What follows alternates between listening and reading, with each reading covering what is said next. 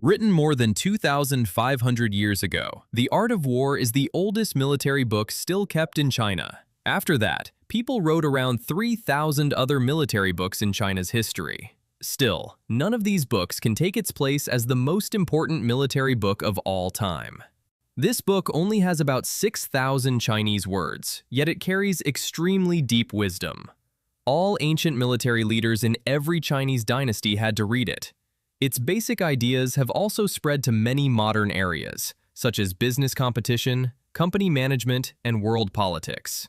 Over thousands of years, this classic book has become a big part of Chinese culture and changed how every Chinese person thinks. If you want more wisdom for life, gain an advantage at work, understand Chinese culture, and master ancient Chinese wisdom, you should not miss this video.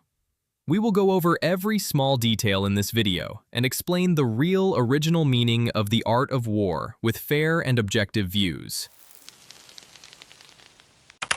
War is the art of deception. How do you trick the enemy? Sun Tzu tells us, when you are able to fight, pretend you cannot fight. When you plan to attack, pretend you will not attack. If you aim to strike nearby, make the enemy think you will attack far away. If you aim to strike far away, make the enemy think you will attack nearby. If the enemy craves gains, lure them with benefits. If the enemy falls into chaos, seize the chance to defeat them. If the enemy's strength is solid, stay on guard. If the enemy troops are powerful, avoid their strength for the time being. If the enemy leader is quick to anger, wear down his spirit. If the enemy is cautious, find ways to make them arrogant. If the enemy is well rested, exhaust them.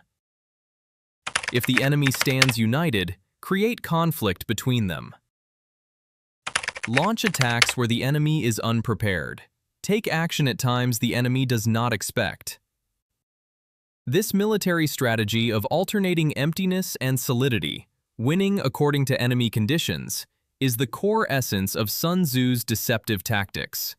All strategies such as disguise, temptation, check and balance, and division ultimately aim to strike where the enemy is unprepared and appear when they least expect us.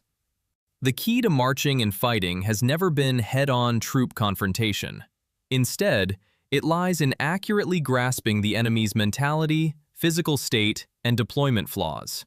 By creating information gaps, confusing enemy judgment, and controlling battlefield rhythm, we can reverse the offensive-defensive situation and seize the initiative at the lowest cost. These seemingly unpredictable deceptive methods are actually wisdom that follows trends and adapts flexibly to changes. It abandons rigid, fixed battle formulas, advocates adjusting measures to local conditions and enemy situations, and becomes the most flexible and practical winning rule among ancient military tactics. In Sun Tzu's Art of War, warfare is far more than a simple fight between two armies. Sun Tzu greatly broadened the scope of war. Can we make the enemy ruler lose public support? Can we change the favorable environment for the enemy? Can we take advantage of the enemy general's character weaknesses? Can we exploit internal conflicts within the enemy camp? All these points may serve as better targets for attack. A comprehensive analysis of all conditions on both sides can lead to brilliant battle plans. Next, let's talk about a famous story known to almost everyone in China. This story comes from Romance of the Three Kingdoms, one of China's 4 great classical novels. Zhuge Liang, the famous Chinese military strategist, lost a key strategic town because he appointed the wrong general. His old rival Sima Yi took the chance and led 150,000 soldiers toward the city where Zhuge Liang stayed. At that time, Zhuge Liang had no generals who could lead troops into battle, only civilian officials.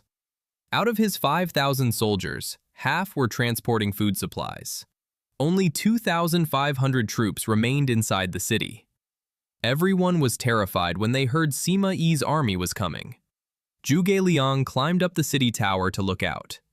Then he told the others, "Do not panic. I can use a simple trick to make Sima Yi pull back his army." He quickly gave orders. All army flags were hidden. Soldiers must stay in place. Anyone who left without permission or made loud noise would be executed. He told men to open all 4 city gates. 20 soldiers dressed as common people stood at each gate, sweeping the streets and sprinkling water. Zhuge Liang took 2 young servants and a Guqin. He lit incense, sat on the city tower facing Sima Yi's approaching army, and played the qin calmly. Sima Yi's front troops reached the city. Seeing this strange scene, they dared not enter. They hurried back to report to Sima Yi. Sima Yi smiled and said, "How can this be true?" He ordered his army to stop and rode forward to see for himself. When he got close to the city, he saw Zhuge Liang sitting peacefully on the tower, burning incense and playing music. One servant stood on his left holding a sword. Another servant on his right carried a whisk. More than 20 people dressed as villagers swept the streets, acting as if no army was nearby. Sima Yi stared for a long time, filled with doubt. After careful thought, he decided to retreat. His second son, Sima Zhao, asked, "Could it be that Zhuge Liang has no soldiers inside the city and uses this trick to scare us? Why do we pull back, father?" Sima Yi answered, "Zhuge Liang is always careful and never takes risks. Now he opens the gates wide. There must be hidden troops waiting inside. If we march in, we will fall into his trap. We must retreat at once." Then the 150 dozen soldiers began to leave. By taking advantage of Sima Yi's suspicious nature, Zhuge Liang found a way to survive when he faced certain defeat. Before Sun Tzu's time, wars followed noble rules. What were these noble-style wars? Let's look at a true historical event, the Battle of Hong Shui. Around 2,600 years ago, Duke Xiang of Song led his army to attack Zheng. Zheng could not push back the Song troops and asked Chu for help. Chu immediately sent its army straight towards Song, Duke Xiang's homeland. The Song army hurried back and reached the Hong Shui River. The Chu army was already on the opposite bank. The 2 armies faced each other across the river, ready to fight at any moment. His advisor, Mu Yi, told Duke Xiang, "The enemy is stronger. We should seek peace and avoid battle before fighting starts." Duke Xiang thought Chu lacked kindness and refused to make peace. Song soldiers lined up for battle. Meanwhile, Chu troops crossed the river in a rush, with no neat formation. Mu Yi said to Duke Xiang, "They have more soldiers. Attack while they are crossing the river. This is our best chance to win." Duke Xiang turned him down. "No," he said. "I believe in kindness. I will not strike others when they are in trouble." Soon, all Chu soldiers crossed the river, but they had not yet formed battle lines. Mu Yi suggested again, "They have just crossed the river and are disorganized. If we attack now, we can still win." Duke Xiang still refused. "No, a kind man must not attack troops that are not ready." Once the Chu army formed its lines, thousands of soldiers charged forward. Duke Xiang ordered his men to fight back, but Song troops could not hold them off. Nearly the whole Song army was destroyed. An arrow hit Duke Xiang's leg and wounded him badly. Protected desperately by Mu Yi and other men, Duke Xiang fled back in great disorder. After this battle, Song lost any chance to compete for leadership over other states. Back in Song, all officials blamed Duke Xiang for missing good chances to win. Duke Xiang still defended himself. "A kind warrior will not hurt already wounded soldiers, nor capture old men with gray hair. How could I attack enemies before they form their battle lines?" Duke Xiang's injury was serious. A few months after the defeat, he died from infection caused by the wound. Duke Xiang always valued noble manners.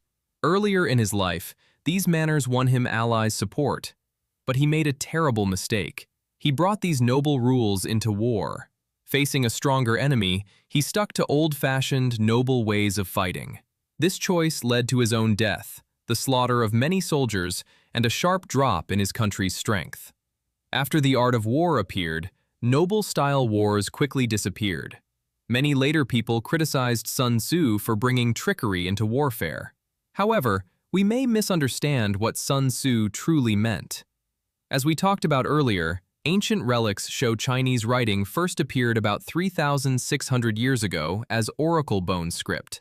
Over long periods of history, many words were added or lost, and their meanings can change.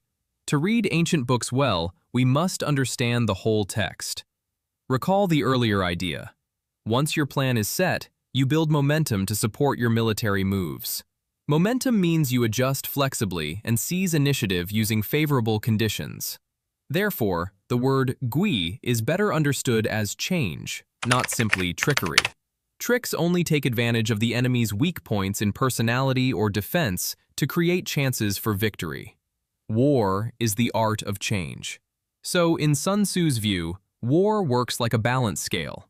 If we have more favorable conditions than the enemy, we will win. Our task is to destroy the enemy's advantages, discover our own favorable conditions, and even turn the enemy's strengths into ours. If people expect victory before battle begins, it means they have made careful plans and hold enough winning conditions. If they expect defeat in advance, their planning is poor and they lack advantages. Careful planning and sufficient conditions bring victory. Poor planning and few conditions lead to defeat. What about those who make no plans and have no advantages at all? We can judge victory or defeat clearly by looking at these points. Around 2,500 years ago, Sun Tzu stated that before fighting, one must fully analyze both sides and measure their strength from 5 aspects to predict the outcome of war. This military idea remains the core of modern warfare. How important are proper tactics in war? Let's look at this true historical story. In September 1933, the Kuomintang gathered 500,000 troops to launch the 5th Encirclement and Suppression Campaign against the Central Revolutionary Base. In October, Otto Braun, a military advisor sent by the Communist International, arrived in Ruijin. Bo Gu, the main leader of the temporary central leadership, trusted the authority of the Communist International and handed supreme military command of the Red Army to Otto Braun. Earlier, Mao Zedong's guerrilla warfare had won the previous 4 counter-encirclement battles. However, Bo Gu and Otto Braun copied European war experience. Ignoring the fact that the Red Army was weak and Kuomintang troops were far stronger, they insisted on positional warfare. The Red Army fought hard for a year but failed to break the siege, and the base shrank continuously. In October 1934, the Central Red Army was forced to carry out a strategic shift: the Long March. Even in the early stage of the Long March, the two men kept giving wrong orders.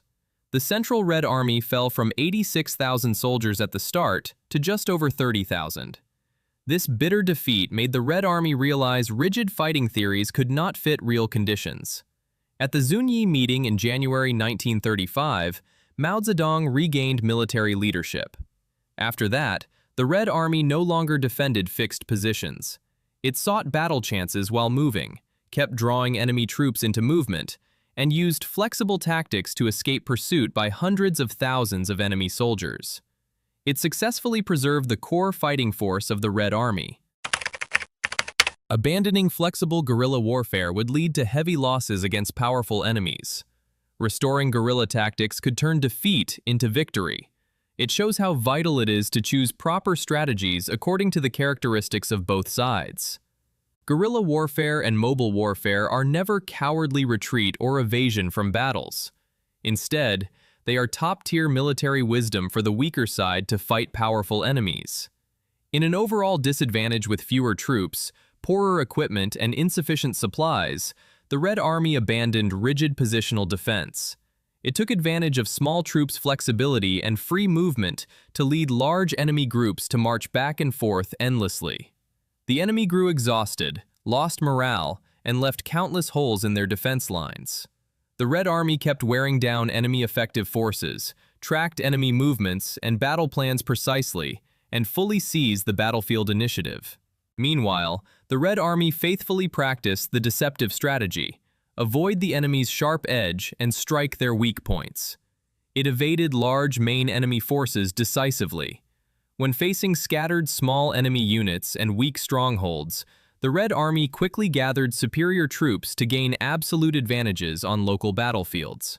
In this way, the Red Army defeated stronger enemies with weaker forces, won battles with fewer soldiers, and wiped out enemy troops one by one. This also verifies the dialectical core of military theory. Troop strength on the battlefield is never fixed. It can be dynamically reversed through tactical adjustments and rhythm control. Overall weakness can be turned into local strength with flexible plans, which is exactly the essence of alternating emptiness and solidity, and winning victories by adapting to enemy changes. Everything has two sides. Merits always coexist with flaws. Advantages and disadvantages emerge alongside each other and can be transformed into one another. Decisive people tend to act rashly without thorough thinking. Cautious people often hesitate and miss precious chances. Large armies have strong deterrence in head-on battles, yet they inevitably have drawbacks: slow marching, rigid deployment, huge consumption, and poor concealment. Small and compact armies are inferior in frontal confrontation, but they own natural strengths: flexible movement, quick advance and retreat, strong adaptability, and convenient surprise attacks. The essence of war is a game of developing strengths and avoiding weaknesses, as well as transforming advantages and disadvantages. There exists no perfectly matched combat power, nor permanent strong or weak pattern. The real path to victory never lies in pursuing all-round advantages, but in recognizing your own weaknesses, exploring your strengths deeply, breaking free from old fixed mindsets, taking initiative in passive situations, seizing chances while weak, reversing the war situation and breaking hardships with flexible tactics and trend-following wisdom. This brings Chapter 1 of The Art of War to an end. Sun Tzu's ideas about warfare have been initially shown throughout this chapter. Have you understood the core thoughts of The Art of War? This series always sticks closely to the original text of The Art of War. I explain its content with well-known Chinese stories and real historical events. Follow me, and you will be one of the people who understand the art of war best.